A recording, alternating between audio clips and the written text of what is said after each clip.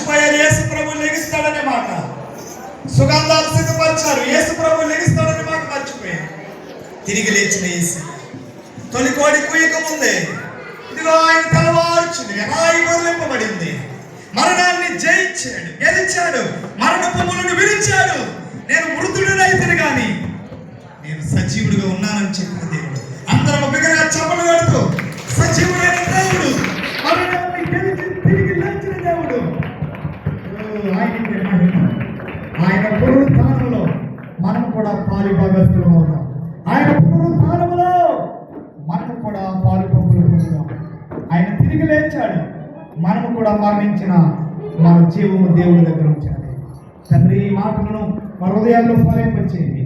మీరు తిరిగి లేచిన తర్వాత ఇది ఆయన ఇక్కడ లేడు, ఆయన పండుకున్న స్థలం చూడండి, ఆయన తిరిగి లేచాడు.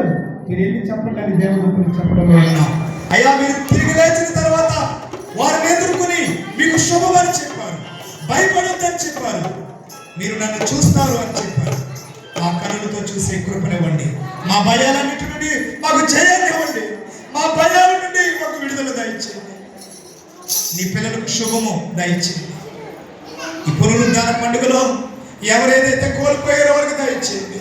మనశ్శాంతి లేని వారికి మనశ్శాంతి ఇవ్వండి, నెమ్మది లేని వారికి నెమ్మది ఇవ్వండి, ఆరోగ్యం లేని వారికి ఆరోగ్యం ఇవ్వండి. నీ కొరకు బ్రతికే అభిషేకము మా మీదకి వచ్చునుగాక. నీ కొరకు బ్రతికే అభిషేకం మా మీదకి వచ్చును.